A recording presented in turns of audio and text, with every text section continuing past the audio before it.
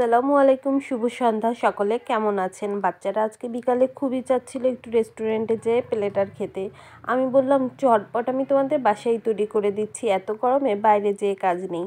এর জন্য আমি প্রথমে কিছু চিকেন কিউব করে কেটে নিয়ে তার মধ্যে দিয়ে দিচ্ছি হাফ চামচ লবণ, 1 চা চামচ শুকনো মরিচের গুঁড়ো আর হাফ চা চামচ আদা রসুন বাটা দিয়ে এটা আমি মেখে 20 মিনিটের জন্য রেস্টে রেখে দিচ্ছি। 20 মিনিট পরে ফিরে আসবো।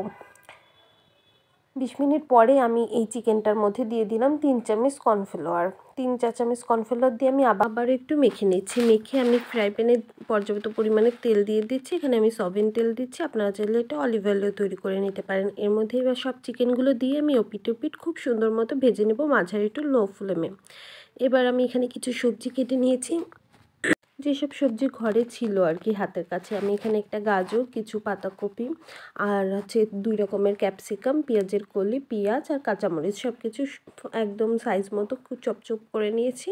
আপনারা আপনাদের পছন্দের শেপ মতো কেটে নিতে পারেন। চিকেনটাও ভাজা হয়ে গেল। আমি এগুলো চিকেনটা উঠিয়ে ওই তেলের মধ্যেই একটা মাঝারি সাইজের রসুন ফাইনলি চপ করে কুচি করে দিয়ে দিচ্ছি। এই রসুনটা যেই হালকা একটু নরম হয়ে আসবে, এরকম রসুনটা কিন্তু বাটা না দিয়ে এরকম কুচি করে দিবেন, তাহলে মুখে পড়বে আর খেতেও ভীষণ মজা হবে ভেজিটেবলটা। এর মধ্যে এবার আমি প্রথমে গাজরগুলো দিয়ে দিচ্ছি। যেহেতু গাজরটা সবগুলো থেকে একটু শক্ত বেশি, আমি প্রথমে গাজরটা দিয়ে 1 মিনিট একটা ভেজে নেব। তারপর দিয়ে দিচ্ছি পেঁয়াজগুলো আর এবার দিয়ে দেবো আমি সব সবজিগুলো দিয়ে আমি খুব ভালো মতো এটা ভেজে নিব। সবজিগুলো কিন্তু নরম হওয়া যাবে না, ক্রাঞ্চি থাকবে সবজিগুলো, এরকম একটু সটে করে নেবেন আর হাই ফ্লেমে রাখবেন চুলাটা অবশ্যই।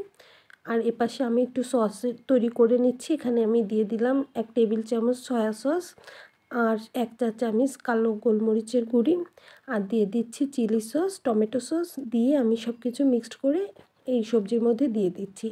এবার সবজিগুলোর সাথে সসগুলো খুব ভালো মতো মিক্সড করে নিচ্ছি। বাটিটা ধুয়েও আমি 1 টেবিল চামচের মতো পানি দিয়ে দিলাম আর টেস্ট করে দেখলাম লবণ লাগবে, এর জন্য আমি দিয়ে দিচ্ছি হাফ চা চামচের মতো লবণ। সব কিছু মিক্সড করে আমি এই পাশে কর্নফ্লাওয়ার গুলে নিচ্ছি 1 টেবিল চামচ অল্প একটু পানির মধ্যে, 2 টেবিল চামচ পানির মধ্যে, আর এই পানিটাই আমি এই ভেজিটেবলের মধ্যে দিয়ে দিব। এখানে আমি আর কোনো পানি ইউজ করব না। এই পানিটা সব ভেজিটেবলের সাথে মিশে যে কর্নফ্লাওয়ারটার গাঢ় হয়ে আসবে ঝোলটা, সেই পর্যায়ে আমি দিয়ে দিচ্ছি সেই ভেজে রাখা চিকেনগুলো। এখন কিন্তু সবজিটা প্রায় ডান হয়ে আসছে। আপনারা চাইলে এই পর্যায়ে পেঁয়াজের কালি আর কিছু অরিগানো উপর থেকে ছড়িয়ে দিতে পারেন, তবে আমি পেঁয়াজের কালিটা নামিয়ে তারপরে দিচ্ছি আর কিছু অরিগানো দিয়ে দিচ্ছি হাফ চামচের মতো উপর থেকে। এটা গরম থাকবে আর উপর থেকে এই পেঁয়াজের কালিগুলো দিলে এটা একটু ক্রাঞ্চিও থাকবে, খেতে ভালো লাগবে। চুলার পরে দিলে না নরম হয়ে যায়, তখন ভেজিটেবলের স্বাদটা আসলে প্রপারলি পাওয়া যায় না। আমি এরকমই খেতে পছন্দ করি। এবার আমি একটু সাদা পোলাও তৈরি করে নিয়েছিলাম পাশের চুলায়, সেটার সাথে বাচ্চাদের পরিবেশন করে দিলাম। ওরাও খুশি হয়ে গেল। হেলদি খাবার ঘরেই তৈরি করে দেওয়া যায়, টেস্টিও যেমন হেলদিও তেমন। বাচ্চারাও খুশি, আমিও খুশি ওদের হেলথের কথা ভেবে।